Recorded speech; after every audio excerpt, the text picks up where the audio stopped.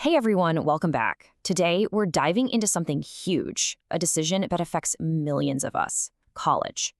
Is it still that guaranteed golden ticket to a great life? Or has something changed? We're going to explore a book called The College Scam, which makes some pretty bold arguments about what higher education has become. So let's jump right in. This quote really gets to the heart of what the book is all about.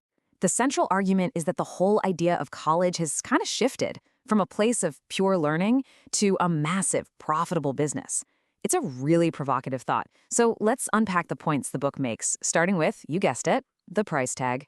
All right, first up, the book really digs into this growing disconnect between what a college degree promises and what it actually costs, not just in money, but in opportunity.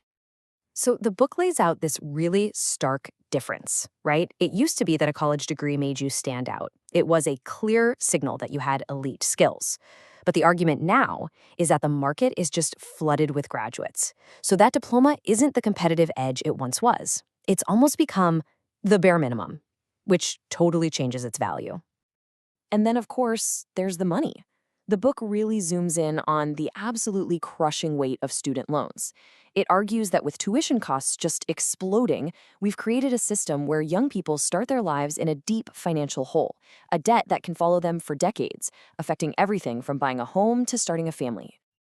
You know, it all really boils down to this one simple business question. Is it worth it? What's the ROI?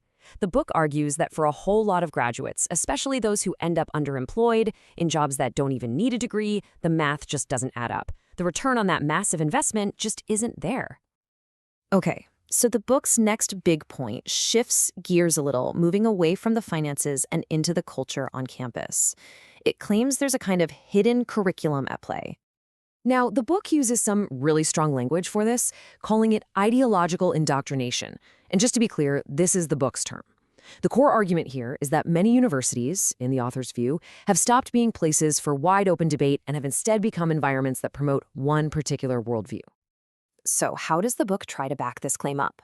Well, it points to a few things. It talks about faculty hiring practices that it says lean in one political direction. It brings up those viral stories of controversial speakers being disinvited or shouted down.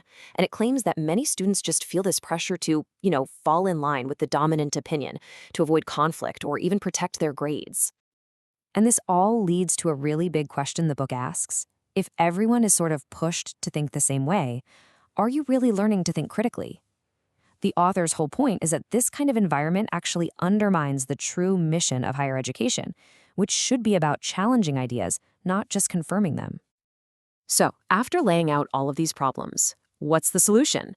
Well, the book doesn't just complain, it actually pivots to championing some very different paths to a successful life. So, what are we talking about here? Well, the book highlights things like vocational training, learning a skilled trade where demand is high and the pay is great. It talks about apprenticeships, that classic earn while you learn model. Of course, there's entrepreneurship, just going out and building something yourself. And it points to the absolute explosion in online courses and boot camps for learning specific, high-demand skills without that 4-year commitment. And hey, the book even brings up some heavy hitters to make its point, right? People like Steve Jobs and Bill Gates. These are innovators who literally changed the world without finishing a traditional college degree, which the book uses as powerful proof that it's not the only way to the top. And this all brings us to the book's final and maybe most important point. It's a call to completely rethink how we even define success in the first place. So, what you're seeing here is a call for a huge shift in thinking. The book is essentially saying, let's stop looking for approval from the outside, like a fancy diploma from a prestigious school. Instead, it asks us to look inward. Are you fulfilled by your work? Are you building real practical skills? Are you actually passionate about what you spend your days doing? So, at the end of the day, the book's big message isn't just, hey, don't go to college. It's a call to be intentional.